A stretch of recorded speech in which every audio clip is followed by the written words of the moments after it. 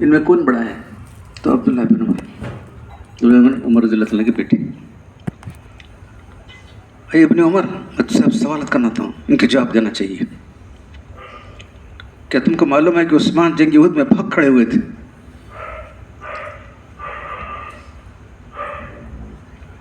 عثمان جنگ احد میں بھاگ کر کھڑے ہوئے تھے، الزام لگا اس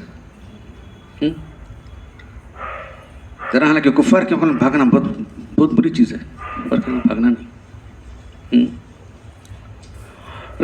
ہاں ایسا ہوا تھا کہ عثمان اس مجھے سے ہٹ گئے تھے. اس سے مجھے کیا تم عثمان کے جنگ بدر میں غائب رہے تھے؟ تم جانتے ہو کہ عثمان جنگ بدر میں غائب تھے؟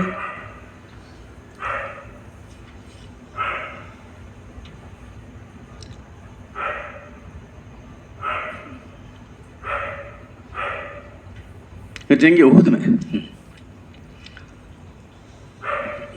پہلا جو جنگ احد میں، کیا وہ وہاں سے ہٹ گئے تھے؟ ہاں ہٹ گئے تھے. ہاں ایسا ہی ہوا تھا، وہ جنگ کے مورچے سے ہٹ گئے تھے. پھر کیا تم جانتے ہو کہ عثمان جنگ بدر میں غائب تھے، شریک نہیں ہوئے، جس سے اہل بدر سرفراز ہوئے. رتب نے پوچھا ہاں عثمان رضی اللہ شریک نہیں ہوئے. تو حالانکہ عثمان حدیبیہ میں بھی جو ہے بیعت رضوان میں شریک نہیں تھے. حضرت ابن عمر نے کہا ہاں یہ بھی ہے. یہ شخص نے جو دراصل عثمان رضی اللہ کے بارے میں جو برے خیالات رکھتا تھا، دیکھا کہ تمہیں سب ایک ایک بات کی تصدیق کی، تو چپ بولا تو ٹھیک ہے. تو اس کے بعد بہت خوش ہوگا انہیں. تو اس کے بعد جو اس کی جوابات دیا انہوں، اتنی عظیم شخصیت اور ایسی معتبر شخصیت زوردار آواز میں کہا کہ اللہ اکبر. ابن عمر نے اس سے فرمایا اے دراصل تم جن سب غرفہ مٹے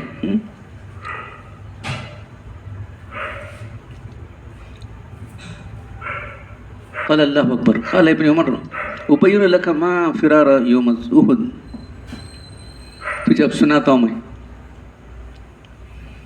کیا سناتا ہوں. احد کے دن جو ہے فتح ہو گئی کہ بلکہ سب لوگ اکثر زیادہ تمام بہت کم لوگ ٹھہرے ہوں گے، اکثر لوگ جو ہے بھاگ گئے. جنگ احد کے اندر جو ہے پہلے مسلمانوں کو فتح بھی تو وہاں سے ہٹ گئے نا، عثمان بھی ہٹ گئے تھے. پھر جو لوگ ہٹ گئے تھے وہاں سے ان کو اللہ تعالیٰ نے نازل کیا، ان کو اللہ نے معاف کر دیا اگر قرآن میں آئے.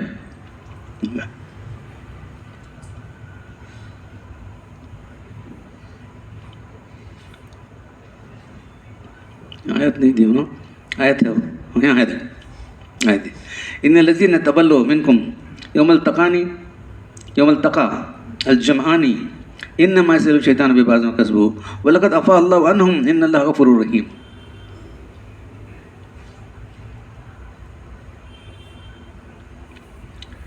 بے شک جو لوگ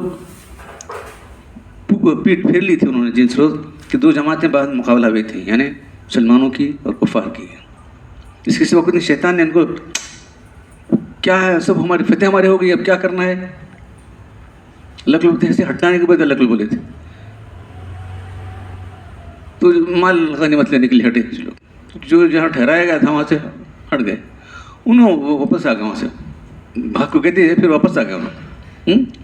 تو یہاں جو ہے انما صرف شیطان نے اس طرح سے ان کو بہکا دیا، تغذیہ دی ان کے اعمال کی وجہ سے، اور اللہ تعالیٰ معاف کر دیا ان لوگوں کو. وَلَقَدْ عَفَا اللَّهُ عَنْهُمْ، معاف کرنے والا نے معاف کر دیا ان لوگوں کو. ان اللہ غفور رحیم. جو لوگ صحابہ کرام جو جنگ احد کے دن یہ ہو گئے تھے ان کو اللہ تعالیٰ معاف کر دیا، اب کوئی کوشچن نہیں اٹھا سکتا. جو لوگ بھی جنگ احد کے اندر ہٹ گئے تھے